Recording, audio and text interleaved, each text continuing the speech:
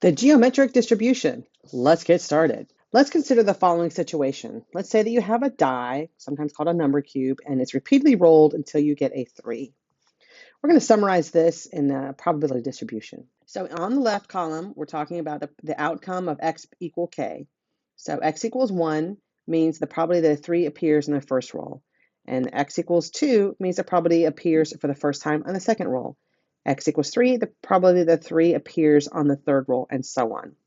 Now you could imagine that you could roll your die 100 times and not get a 3. There's a chance that could happen. It's unlikely, but there's a chance that could happen. So that's why we say you could go on for a long time. So the probability of getting a 3 on the first roll, and then you stop.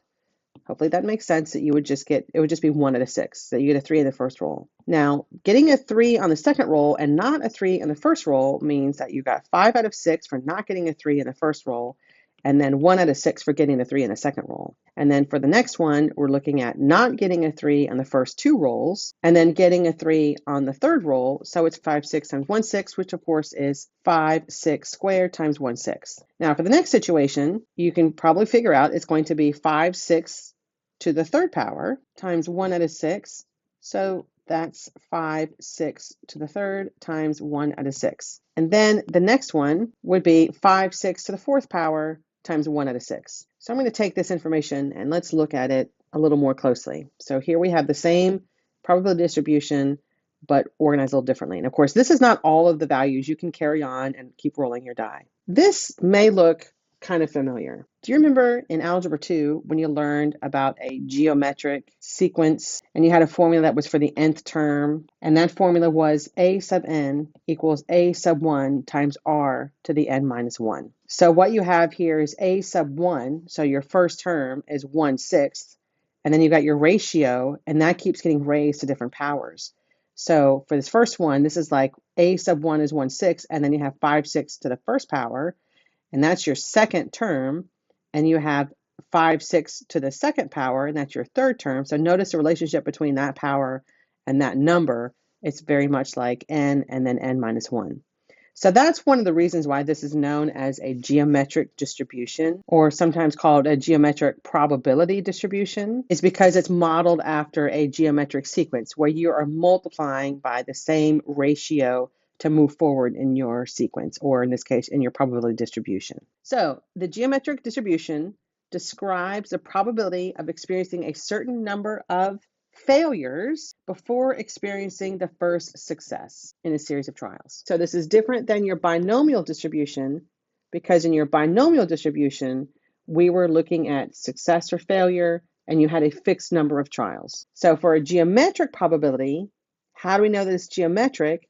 Well, this time we're going to have bits, a different acronym, BITS. So the other one for binomial was BIFS, BIFS, and this one is BITS.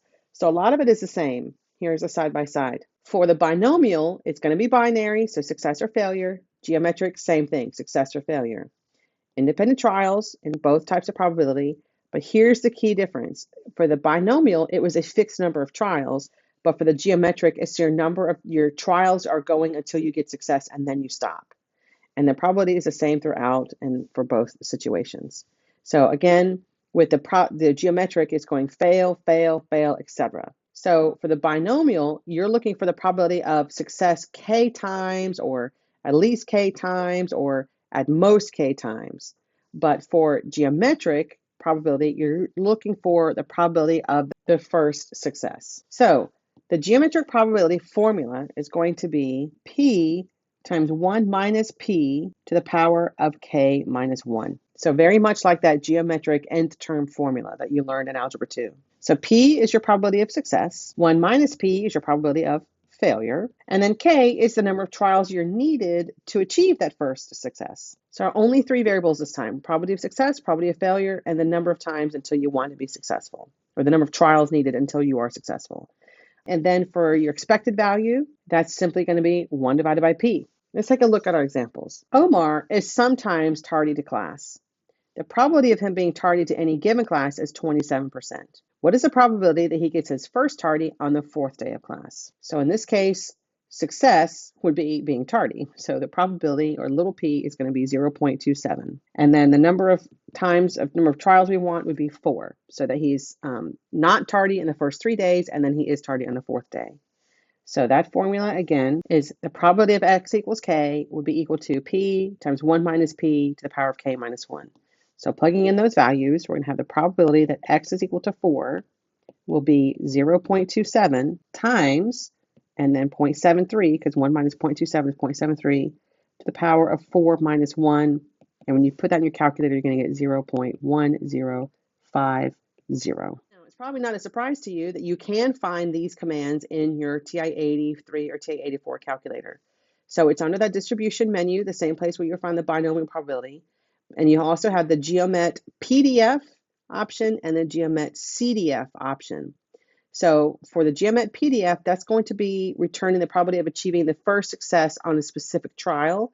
So for the OMAR question that we just did, you would put in 0.27 and then 4. For the CDF, that's going to return the cumulative probability of obtaining the first trial within a certain number of trials. So let's take a look at how we might see that in action. Omar is sometimes tardy to class. The probability of him being tardy in any given day is 27%. What's the probability the first tardy happens before the 5th day of class? So this is a situation where we're looking at the probability of x being less than or equal to 4. So not the 5th day, so it's before the 5th day, so that would be the 1st, the 2nd, the 3rd, or the 4th day.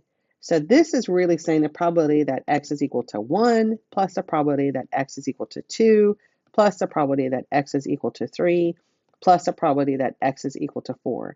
Notice in this scenario, we are not considering probability that x is equal to 0, because it wouldn't make any sense. There's no like 0 days of class, right? He can't be tardy on the 0th day of class because there's no class. So if you were to do this in your calculator, this is where you would use the GeoMet CDF and then 0.27 comma 4. But doing it with the formula, it would be 0.27 times 0.73 to the power of 0 plus 0.27 times 0.73 to the power of 1 plus 0.27 times 0.73 to the power of 2, and so on. I had to scoot it over a little bit because I was running out of space.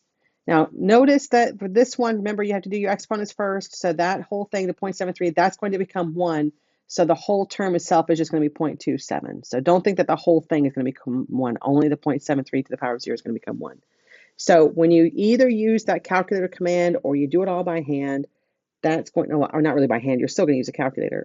But if you write it all out, you're going to get 0.7160. So he's got a 71.60% chance of being tardy before the 5th day of class. Seems pretty high to me. Omar needs to get himself to school on time. Number 3, same thing. Omar being tardy to class. What is the probability of being the first tardy on the 9th day of class or after? Now here's the thing. If you want to do the probability of him being on the 9th day of class or after, that's greater than or equal to 9, but you can't possibly calculate that individually because you could go on forever, right? Maybe he really does get his act together and he's never tardy for years and years. So we are going to do the complement.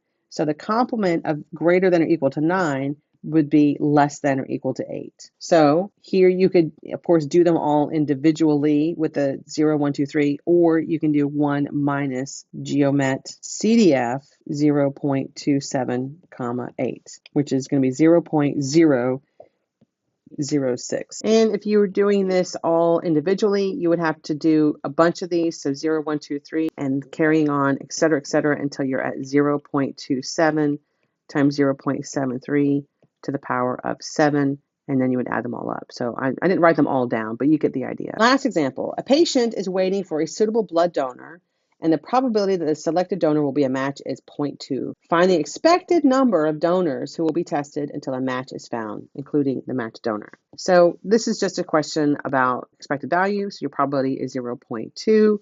So E of X, remember that formula was just going to be 1 divided by the probability. So 1 divided by 0.2 is going to be 5. So the idea here is the expected number of donors who will be tested until a match is found would be 5. That means that the 5th donor, the 5th person to be tested would be a match. The end.